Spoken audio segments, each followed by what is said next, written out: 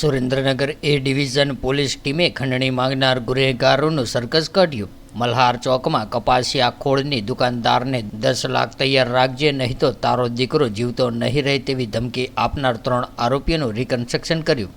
સુરેન્દ્રનગરમાં રહેતા અને ખોળનો વેપાર કરતા વેપારીને ફોન પર અજાણ્યા શખ્સોએ ધમકી આપી હતી, જેમાં ₹10 લાખ તૈયાર રાખજે, નહીંતર તારો છોકરો બચશે નહીં તેવું જણાવ્યું હતું। ત્યારે આ બનાવની ફરિયાદ નોંધાતા જ એ ડિવિઝન પોલીસે ધમકી આપનાર 3 આરોપીઓને ઝડપી લીધા છે। સુરેન્દ્રનગર શહેરની જેપી શેરીમાં નંબર 3માં 70 વર્ષીય નારણભાઈ બખતરામ રોચરાણી રહે છે। તેઓ મલ્હાર ચોક પાસે ખોળ અને કપાસિયાની દુકાન ધરાવે છે। ત્યારે તારીખ 19/11ના રોજ સાંજે તેમના મોબાઈલ ફોન ઉપર એક અજાણ્યા નંબરમાંથી ફોન આવ્યો હતો અને આ ફોનમાં નારણભાઈએ રિસીવ કરતા સામેથી અપશબ્દોનો મારો શરૂ થયો હતો અને ₹10 લાખ તૈયાર રાખજે, નહીંતર તારો છોકરો બચશે નહીં। ત્યારે ગઈ વખતે તો બચી ગયો હતો તેમ જણાવ્યું હતું। ત્યારે આનાથી નારણભાઈ રોચરાણીએ બનાવની અજાણ્યા શખ્સ સામે એ ડિવિઝન પોલીસ મથકે ફરિયાદ નોંધાવી હતી।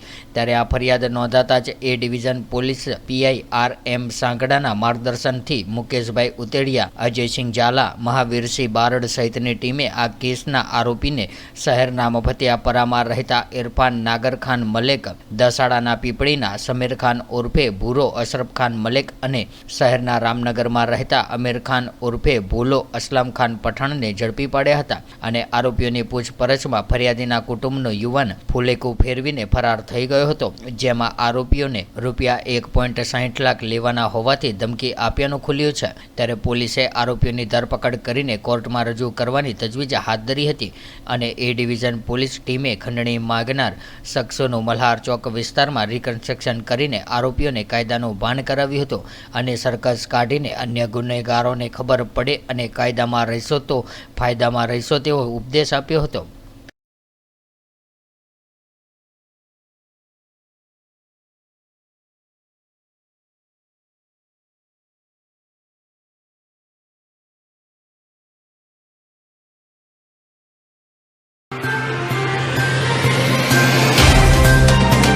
तो व्हाट्सएप, ट्विटर, फेसबुक, इंस्टा जहाँ भी आपका अकाउंट है, इसे शेयर बटन के द्वारा वहाँ पर शेयर करें।